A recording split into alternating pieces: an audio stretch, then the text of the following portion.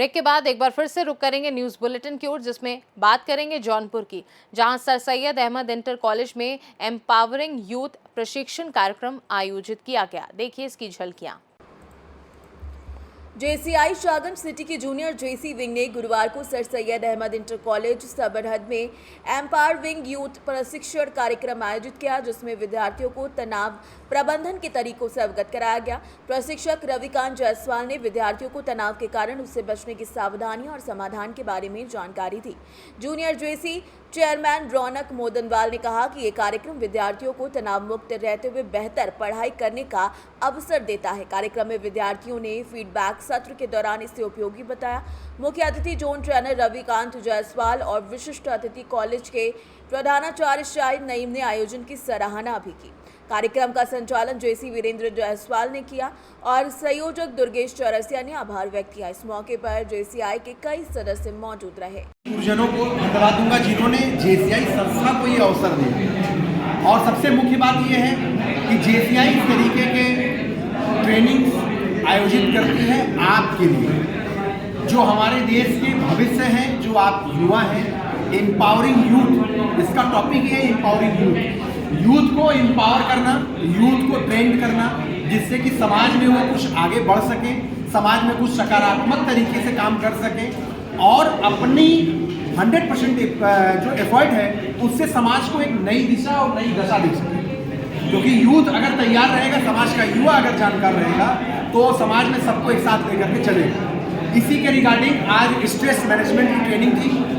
मैंने प्रयास किया है कि आप लोगों को छोटी छोटी बारीकियों को बताने का प्रयास किया है, और आप लोगों ने भी बहुत अच्छा पार्टिसिपेशन किया है, सभी ने अच्छा सपोर्ट किया है, सीखने का प्रयास किया है। मैं भविष्य में आपके उज्जवल भविष्य की कामना करूंगा, और मैं चाहूंगा कि इस तरीके से आप लोग ट्रेनिंग अटेंड करिए और अपने आप को बेहतर एक राष्ट्र निर्माता बनाइए, एक अच्छा युवा बनाइए, और अपने गार्जियंस का मान सम्मान बढ़ाते हुए, अपने स्कूल कॉलेज का मान सम्मान बढ़ाते हुए आप आगे जाएं, डेवलपमेंट करें और राष्ट्र के और देश के काम आए। Thank you very much. Training है, नौजवानों की संस्था है। ये विश्व के लगभग 130 देशों में कार्यरत है, और ये बहुत से विधा में, जैसे कि अभी आप शपथ ले रहे थे, आपके अंदर नेतृत्व की क्षमता को विकसित करेगा, आपकी पर्सनालिटी को डेवलप करेगा, आपके अंदर जो कमर्शियल चीज़ें हैं, उद्यमिता जो आपका भविष्य संवारेंगी, उसको डेवलप करेगी।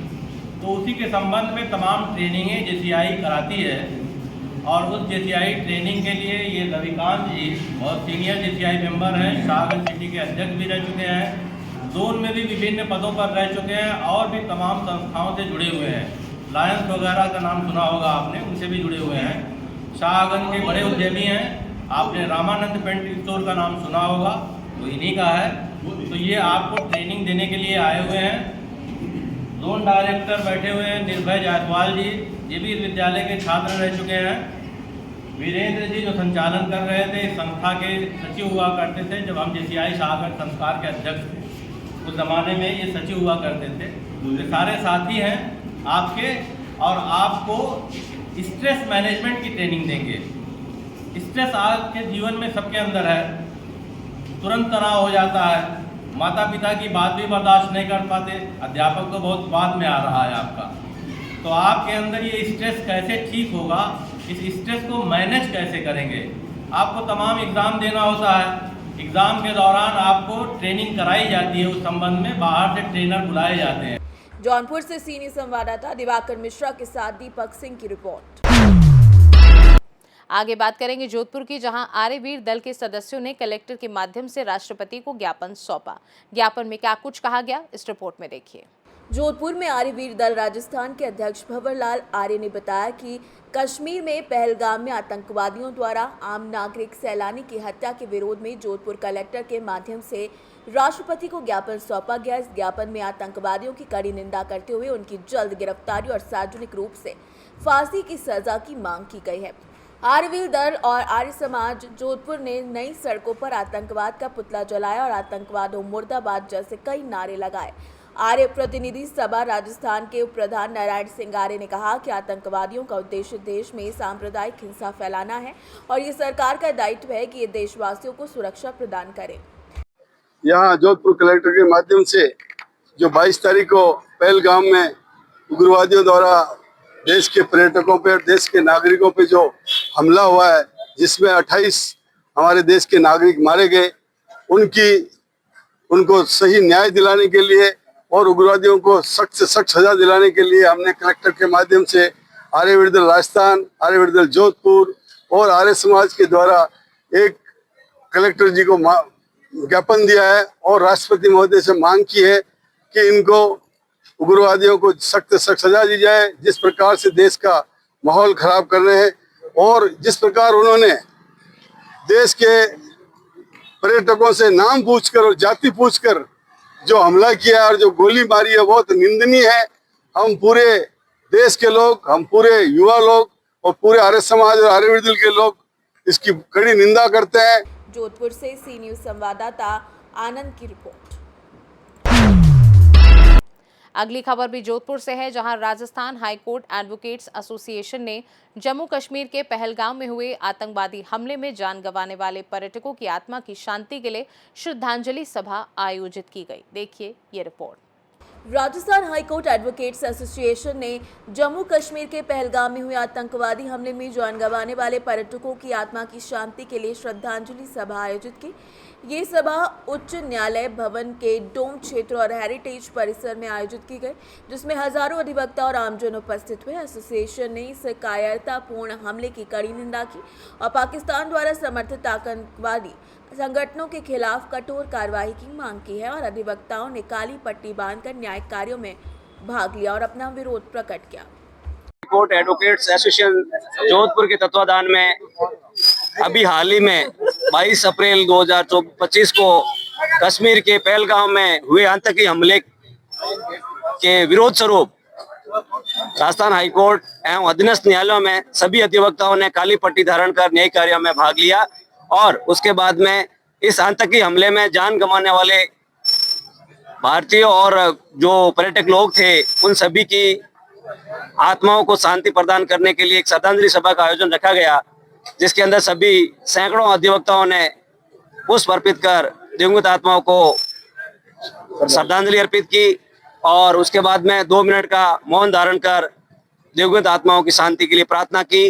राजस्थान उच्च न्यायालय के नया परिसर झालामंड में भी सभी अधिवक्ताओं ने श्रद्धांजलि सभा आयोजित कर 2 मिनट का मौन धारण कर दिवंगत आत्माओं को शांति प्रदान की प्रार्थना की और भारत सरकार से मांग करते हैं कि ये आतंकी हमले वापस नहीं हो, इसकी पुनरावृत्ति नहीं हो तथा इस आतंकी हमले को अंजाम देने वाले आतंकवादियों के विरुद्ध ठोस से ठोस कड़ी कार्रवाई हो ताकि वापस आतंकवाद नहीं पनपे। शिवलाल बरवड़, महासचिव Rajasthan high court advocate association Jodhpur की तरफ से आज एक पहलगाम में जो आतंकवादी हमला हुआ उसको ध्यान में रखते हुए एक शांति सभा का आयोजन किया गया। इसमें हमारे काफी अधिवक्ताओं ने भाग लिया और न्यायिक कार्य में काली पट्टी बांधकर विरोध प्रदर्शन किया।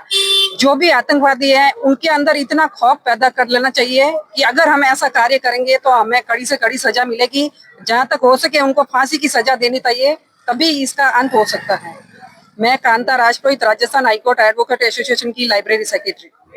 जोधपुर से सीनियर संवाददाता आनंद की रिपोर्ट। आगे बात होगी मोतिहारी की, जहां कश्मीर के पहलगाम में हुए आतंकी हमले के विरोध विश्व हिंदू परिषद द्वारा कैंडल मार्च निकाला गया। क्या मांग की गई, इस रिपोर्ट में देखिए। कश्मीर के पहलगाम में हुए आतंकी हमले के विरुद्ध सुगौली में विश्व हिंदू परिषद द्वारा कैंडल मार्च निकाला गया, जिसमें बड़ी संख्या में लोगों ने हिस्सा लिया। कैंडल मार्च सुगौली के जय रामदास मार्केट से चलकर थाना चौक स्थित गांधी स्मारक पहुंचा, जहां लोगों ने मृतकों की आत्मा की शांति के लिए 2 मिनट का मौन रखा। मौके पर उपस्थित लोगों ने पहलगाम घटना को लेकर आक्रोश जताया। इस दौरान पाकिस्तान के झंडे को भी जलाया गया और पाकिस्तान मुर्दाबाद, पाकिस्तान होश में आओ के नारे लगाए गए। मौके पर उपस्थित सांसद प्रतिनिधि प्रदीप सर्राफ और विहिप के ओम प्रकाश विश्वकर्मा ने पाकिस्तान के प्रति कड़ी प्रतिक्रिया जाहिर करते हुए पाकिस्तान को इसके लिए पूर्ण रूप से दोषी मानते हुए भारत सरकार से कड़ी कार्रवाई की मांग की है। जी बताया जाए। आप सभी जानते हैं विगत 22 अप्रैल को भारत के सरजमी पे दुर्दांत आतंकवादियों ने किसी के पुत्र को किसी के भाई को, किसी के पति को जाति पूछ करके, धर्म पूछ करके नृशंस हत्या की गई है। आज पूरा देश मर्माहत है।